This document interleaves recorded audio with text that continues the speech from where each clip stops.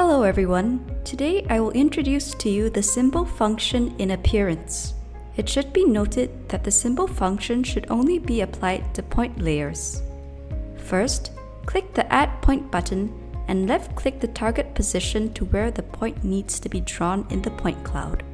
Now, we can see that there is currently no symbol information for the drawn point, so it is necessary to set the symbol information of the drawn point features in Symbol in Appearance on the main menu page. Click on Show Symbol to activate it so that any subsequent symbol setting can be displayed in real time. Then, click on Code Table, where the symbol library in the software provides the two modes of Standard and Universal.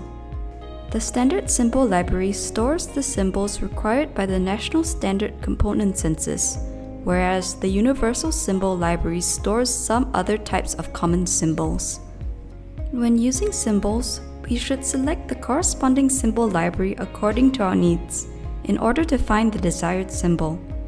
After clicking the Set Code button, select the point feature for which symbols need to be set, and we can enter keywords in Symbol Query to search for the corresponding symbols.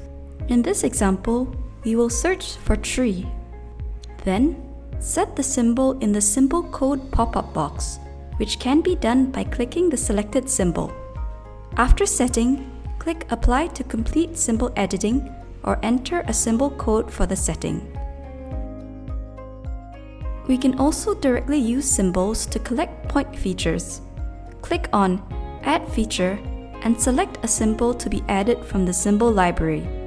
Then, select a layer to apply the added symbol and click the corresponding position in the point cloud to complete the collection.